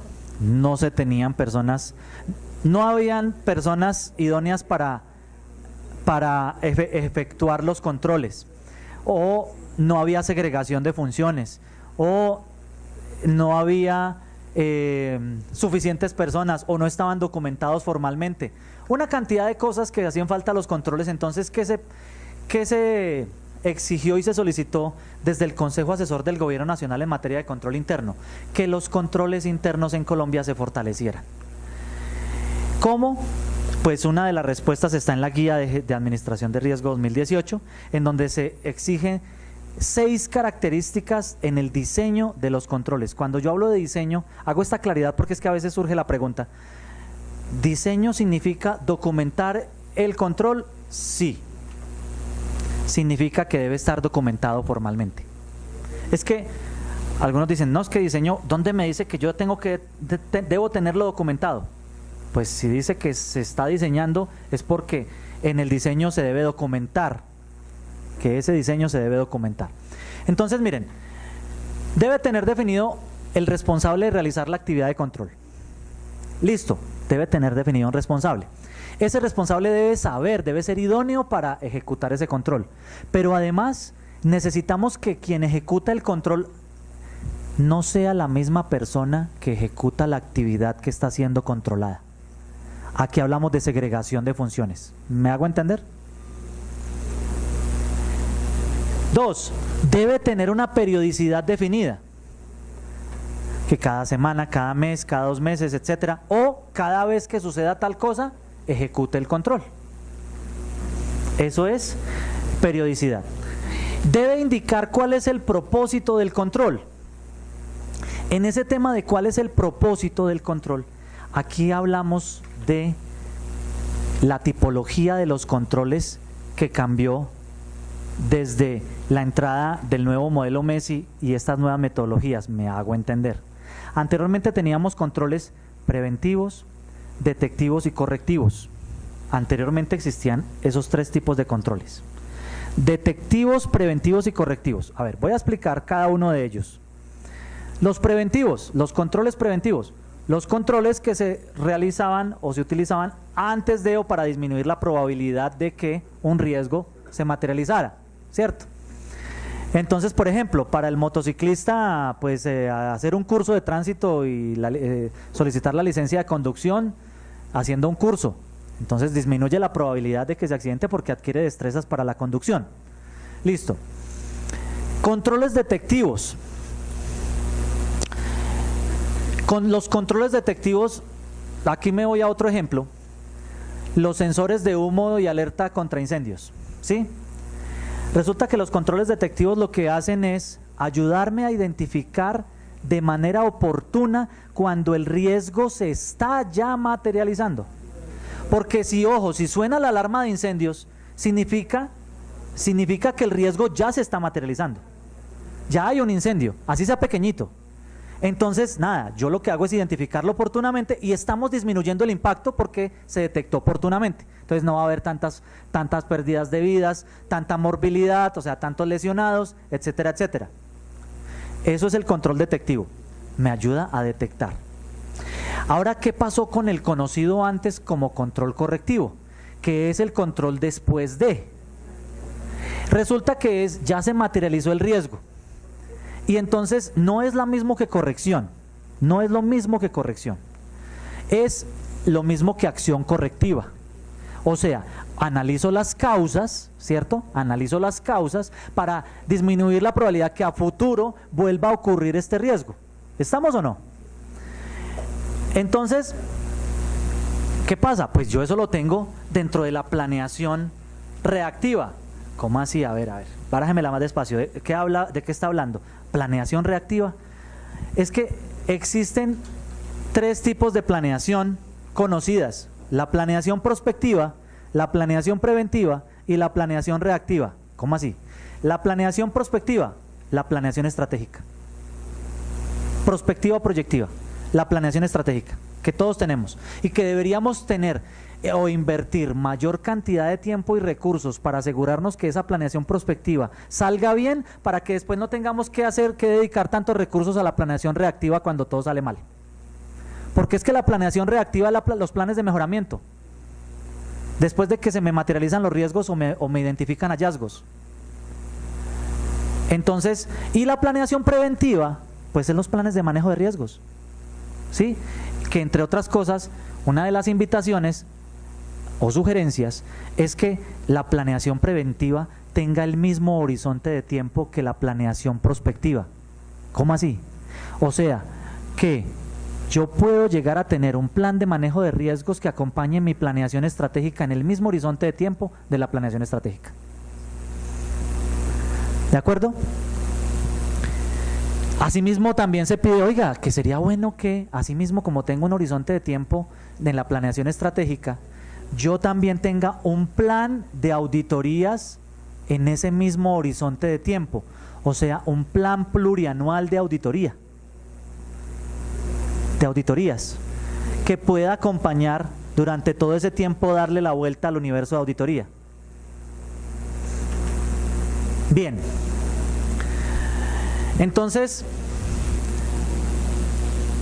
Por eso es que ahora decimos, no, el control correctivo forma parte de las acciones correctivas. Queda por allá en la planeación reactiva. Acá yo necesito es la planeación preventiva. ¿De acuerdo? Entonces, indicar el propósito del control. Si el control es detectivo, ¿disminuye la probabilidad o el impacto? Descongelados. El impacto. El impacto. Señora. La pregunta. Ahí está el microbio. Gracias. Sí. Pero parece que no funciona. Aló. Ahora sí. Si yo tengo un control que es asegurar los bienes, Ok. ¿yo lo tengo como preventivo o lo tendría como correctivo? Chévere. ¿Y en qué momento es del uno y en qué momento es del...? Porque se puede considerar de las dos. O sea, estamos hablando de una póliza de seguros. Sí. Listo. Ok, ahí estamos hablando de compartir el riesgo, ¿cierto? Sí.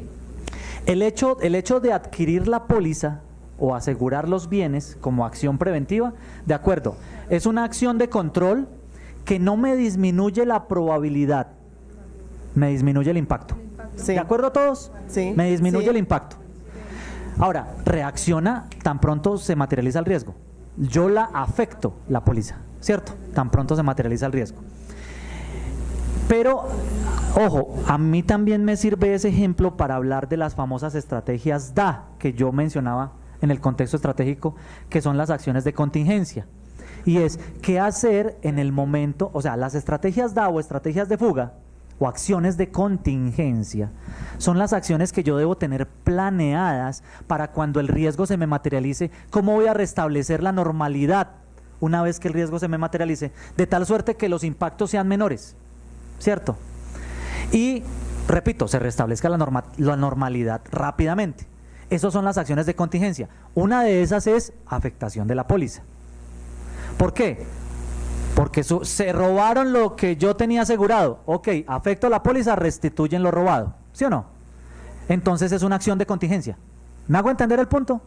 A ver, una cosa es corrección y otra cosa es acción de contingencia y otra cosa es acción preventiva. Por favor. Acción preventiva me disminuye la probabilidad que el riesgo se presente. Antes de. Una póliza no me disminuye la probabilidad que el riesgo ocurra. Para nada. ¿Estamos hasta ahí, sí o no? Bien. Ahora,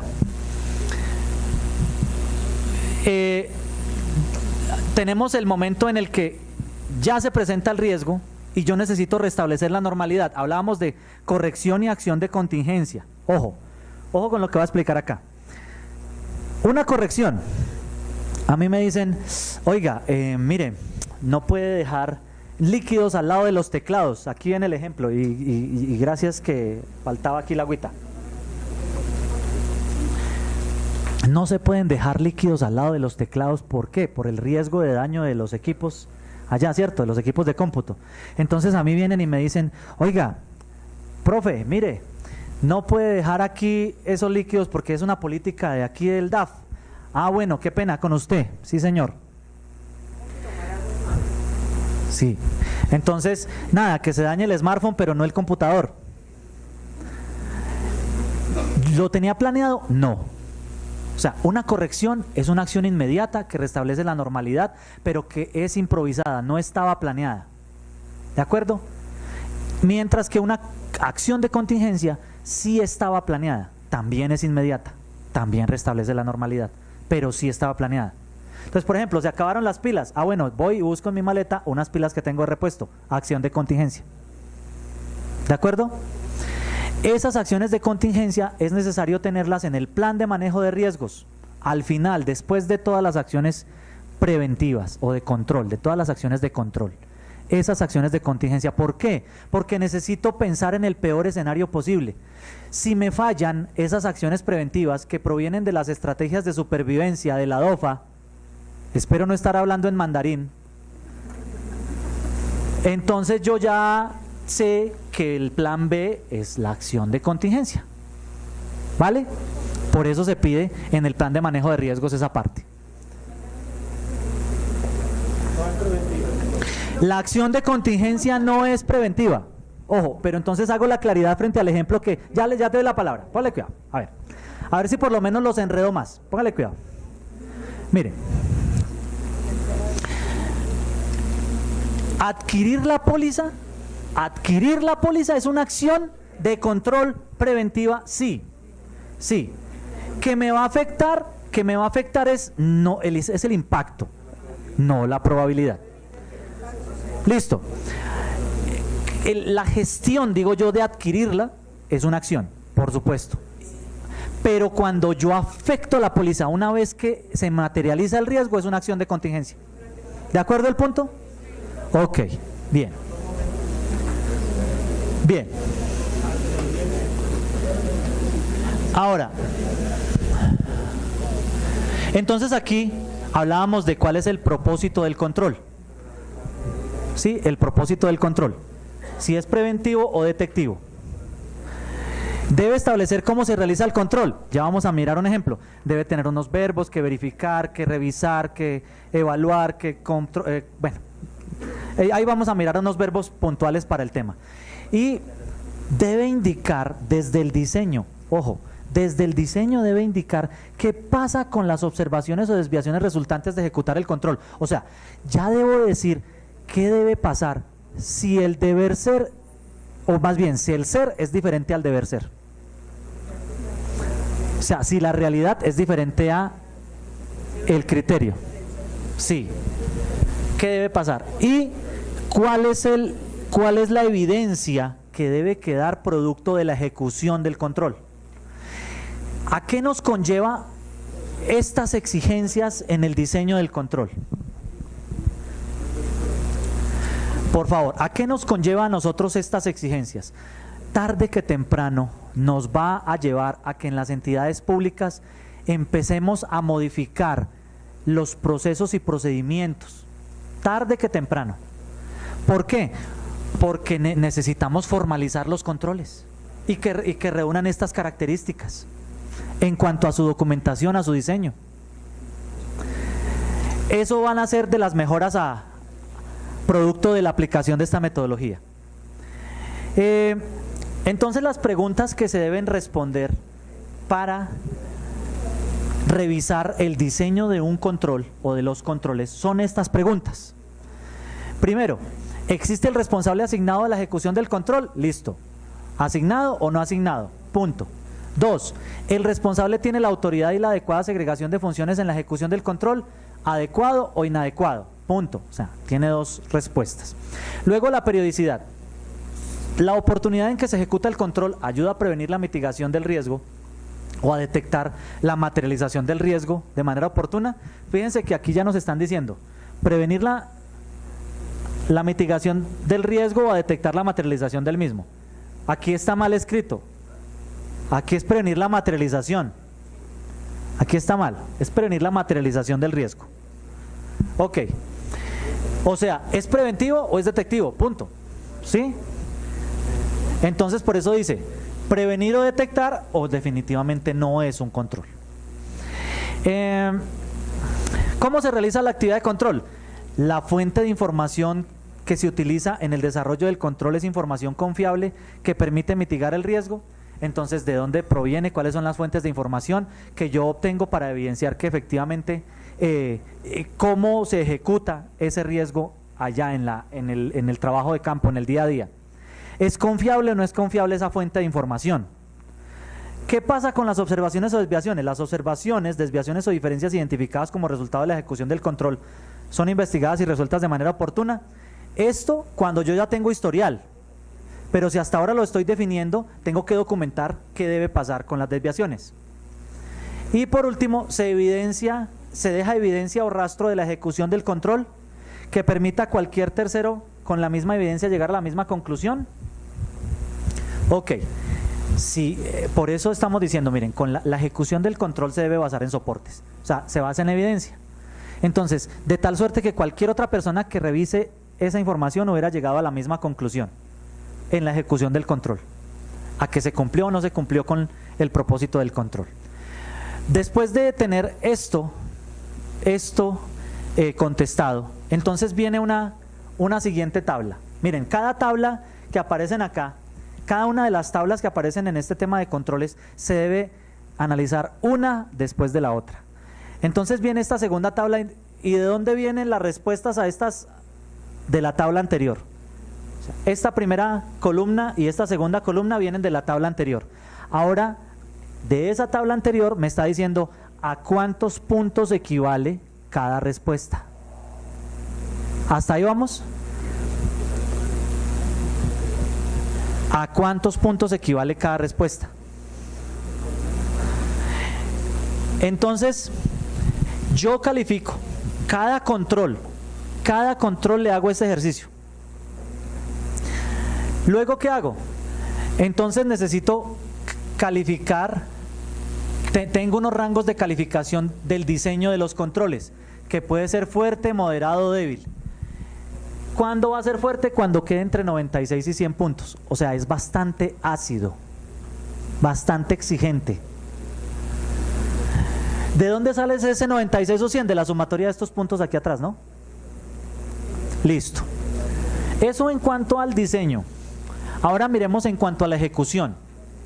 Miren que en cuanto a la ejecución nos está preguntando, o más bien nos está diciendo, a ver, ¿cuándo un control es fuerte en su ejecución? Cuando se ejecuta de manera consistente por parte del responsable.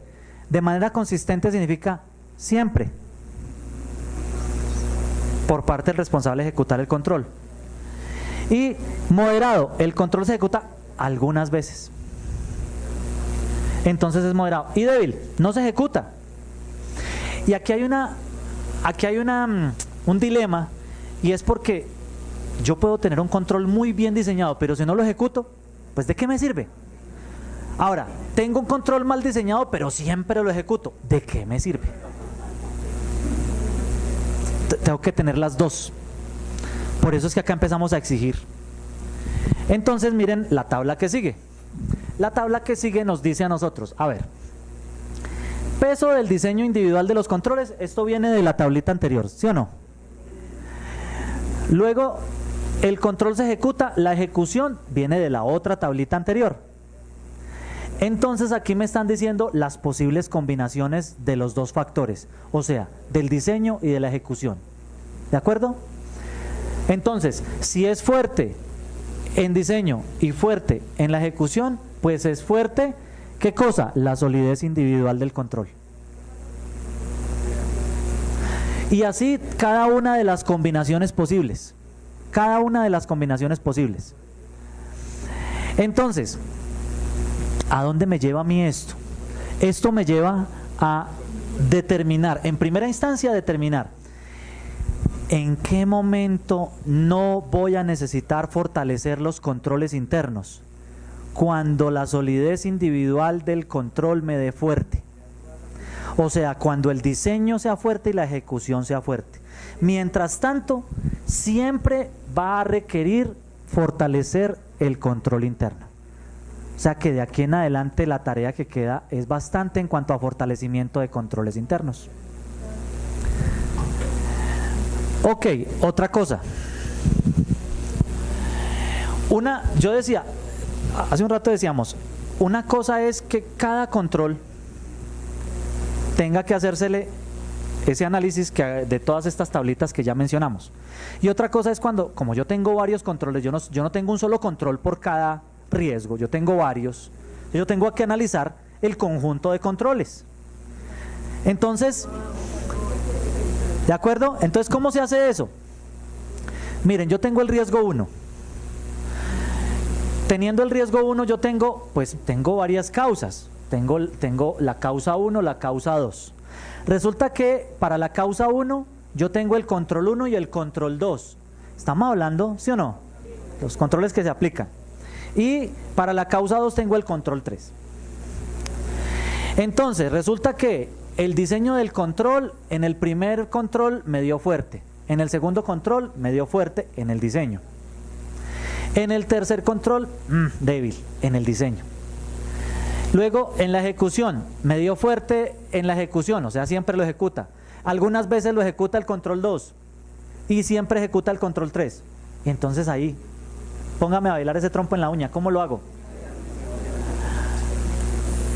Entonces, a mí me dice, mire, la solidez individual del control. El primero me dio 100, es fuerte. ¿Por qué? Porque fuerte en diseño, fuerte en ejecución, ok. Fuerte moderado, ¿de dónde sale esto? De las tablitas que ya teníamos atrás. Entonces, aquí está el resultado. Y ahí me dice a cuántos puntos equivale. Miren, a cuántos puntos equivale. Y luego, si es débil, pues 0. Solidez del conjunto. ¿Cómo evaluamos la solidez del conjunto? A través de esta tabla. De esta tabla. Entonces, el conjunto de controles, la solidez del conjunto de controles será fuerte cuando el promedio de la solidez individual de los controles al sumarlos y ponderarlos sea igual a 100. O sea, difícil. ¿De acuerdo? Necesito que todos sean fuertes para que la solidez del conjunto sea fuerte. O sea, el conjunto, la solidez del conjunto de controles sea fuerte. Mientras tanto, la mayoría de veces me va a dar moderado. ¿Por qué? Porque el promedio de la solidez individual de cada control, al sumarlos y ponderarlos, da entre 50 y 99. ¿De acuerdo? Y acá es menor a 50, débil. Entonces eso, de esta tabla, ahora sí pasamos a la tabla de cuántas casillas debe disminuir en probabilidad o en impacto, ¿sí? Para determinar el nivel de riesgo residual. Mírenlo acá. Y entonces me dice, a ver, ya sabemos de dónde proviene esto, de la tabla anterior. Listo. Ahora aquí necesitamos identificar una cosa que trae esta tabla, y es cuando un control afecta directamente la probabilidad y indirectamente el impacto. Ok, en la guía de riesgos aparece explicado un ejemplo en donde nos dice, miren, cuando puede suceder, miren esta segunda línea, por favor, acá en las pantallas, la segunda fila. Resulta que puede suceder que un control sea fuerte en cuanto al diseño. Fuerte en cuanto al diseño y ejecución me refiero, o sea, fuerte en su solidez, ¿de acuerdo? Y resulta que esos controles estaban encaminados a disminuir la probabilidad, o sea, todos eran controles preventivos, ¿sí? Controles preventivos. Y entonces dice, indirectamente puede afectar el impacto. ¿Por qué? Pues analicemos. Digamos que yo tengo unos controles, a ver, listo, digamos que el riesgo es un desbalance entre a ver, voy a hablar un poquito de parte contable, yo sé que no todos aquí son contables, la diferencia o desbalance entre los bancos, el saldo en bancos y el saldo en libro de bancos en mi contabilidad, o sea, el control, la famosa conciliación bancaria, ¿cierto? Ok, resulta que yo tengo controles. Conciliación bancaria, se ejecuta siempre, está bien diseñada, se supervisa toda la cosa y siempre se ejecutan conciliaciones, siempre se está circularizando a los bancos para que los bancos soporten los saldos en banco. Bueno, los controles son fuertes. Los controles que tengo son controles preventivos, están bien diseñados, siempre se ejecutan. Entonces, ¿qué va a pasar? Que cuando se presente diferencia entre bancos y mi saldo en libros, la diferencia va a ser menor, porque yo estoy a través de controles preventivos mitigando siempre esa situación, de tal suerte que el impacto va a ser menor. Entonces aquí lo que estamos diciendo es que cuando yo tengo unos controles preventivos fuertes, yo de manera indirecta estoy generando que el impacto sea menor. Entonces por eso existe esta probabilidad, en donde yo tengo controles que son 100% preventivos, pero que indirectamente me disminuyen una casilla en el impacto. Eso me llevaría en el mapa de calor a suceder ¿qué cosa? Miren, por ejemplo, aquí está el mapa de calor. Yo arranqué acá. Yo arranqué en una zona de riesgo extrema. Luego, entonces, para este ejemplo no me sirve porque me está disminuyendo una casilla en un lado y una casilla en el otro. Significa que para este ejemplo me devuelvo acá. Estamos aplicando esta línea, mírenla. ¿De acuerdo? Ok, disminuye una casilla en impacto, una en probabilidad. Pero digamos que para el ejemplo que estoy haciendo es el de la segunda línea. Entonces acá, o el de la segunda fila, yo arranco en nivel de riesgo extremo.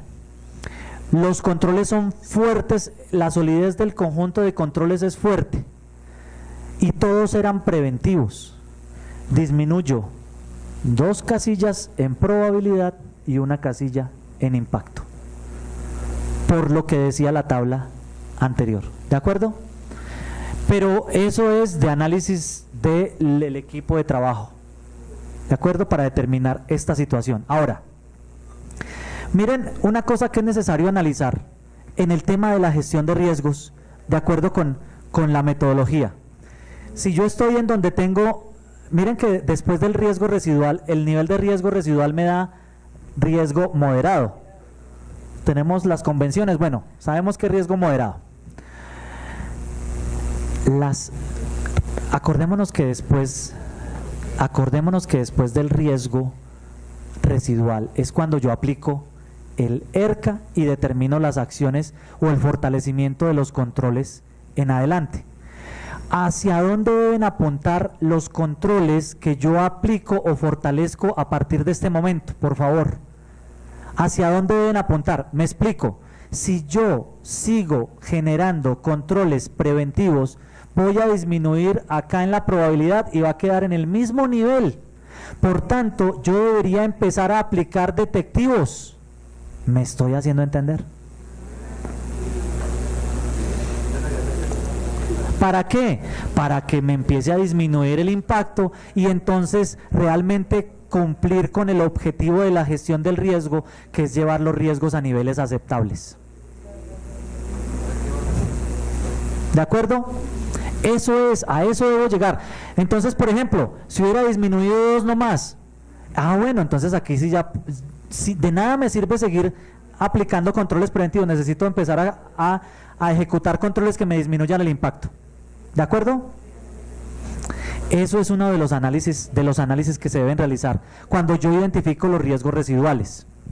Otro de los aspectos, recordemos que trae la guía de riesgos, es uno, que el mismo formato me sirve para los riesgos de corrupción y para los riesgos de seguridad digital.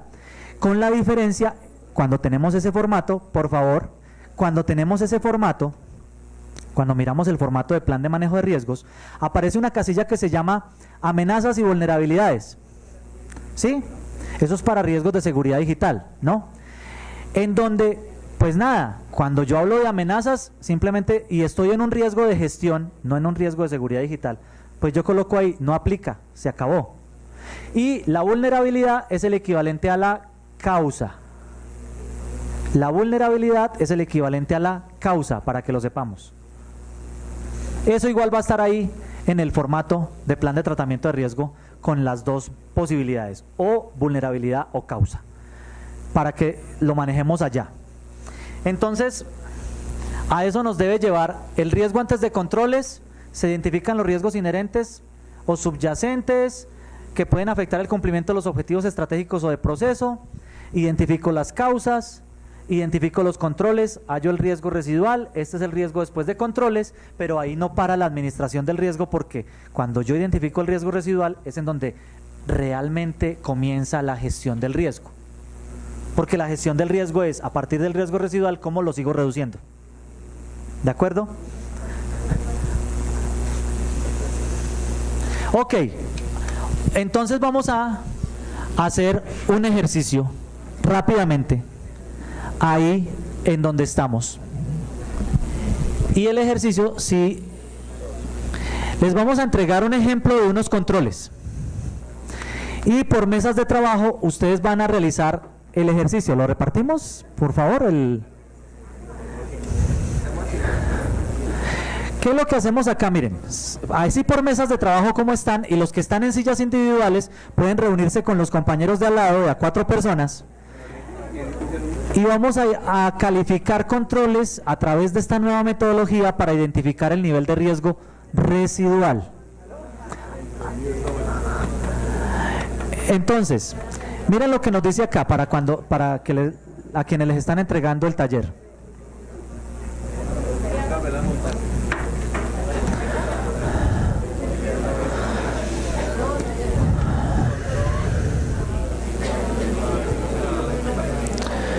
Es que una cosa es que nosotros nos expliquen la teoría y otra cosa es así, aquí aplicarlo en la práctica a ver si esta cosa funciona o no.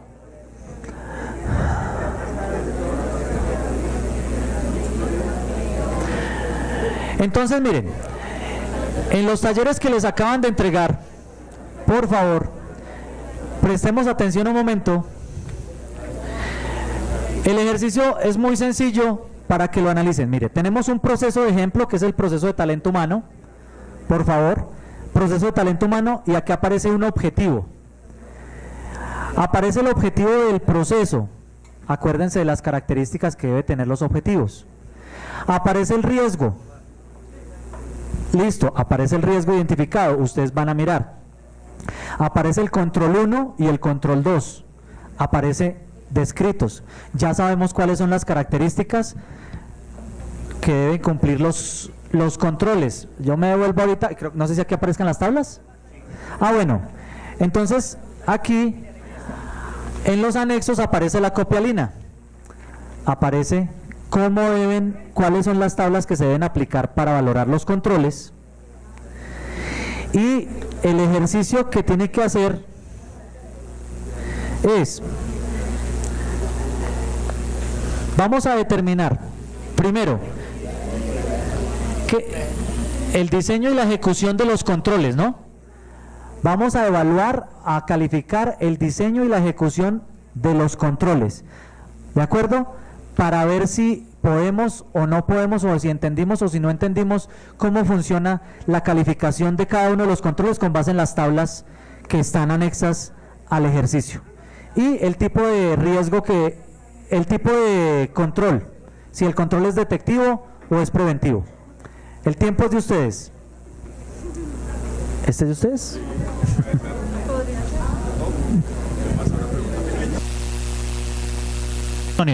Por favor, una claridad. Miren, una pregunta que suele suceder o suelen hacerme en estos escenarios es: oiga, yo reúno las características SMART a partir de el objetivo, más los indicadores, más los procesos, más los procedimientos, y entonces yo tengo las características SMART en un poco de cosas. No.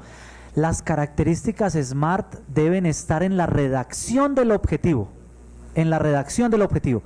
Entonces lo que explicábamos era, los objetivos de proceso sí deben tener las 5 características SMART en la redacción.